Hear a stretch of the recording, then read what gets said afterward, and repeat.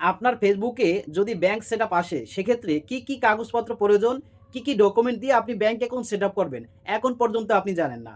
ভিডিওটি শেয়ার করে প্রোফাইলে রেখে দিন। আপনার ভবিষ্যতে যেকোনো সময় প্রয়োজন হতে পারে। আপনি যদি ফেসবুক থেকে ইনকাম করতে চান, ফেসবুক থেকে যদি কাজ করতে চান, তাহলে অবশ্যই আপনার এই ভিডিওটি প্রয়োজন।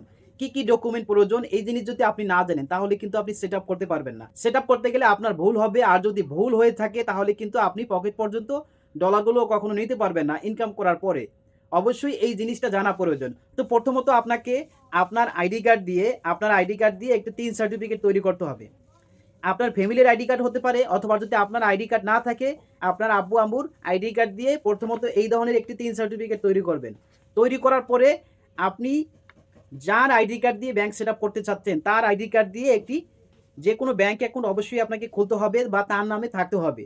তার নামে যদি ব্যাংক অ্যাকাউন্ট না থাকে, তাহলে প্রথমত আপনাকে আইডি কার্ড দিয়ে একটি ব্যাংক অ্যাকাউন্ট তৈরি করতে হবে। যেকোনো ব্যাংক অ্যাকাউন্ট তৈরি করলেই হবে। ব্যাংক অ্যাকাউন্ট তৈরি করার পরে তারপরে প্রথমত আপনি ৩ সার্টিফিকেট তৈরি করলেন, ব্যাংক অ্যাকাউন্ট তৈরি করলেন, তারপরে এখন আপনি সেটআপ করবেন। সেটআপ করতে এই সমস্ত জিনিসগুলোই প্রয়োজন।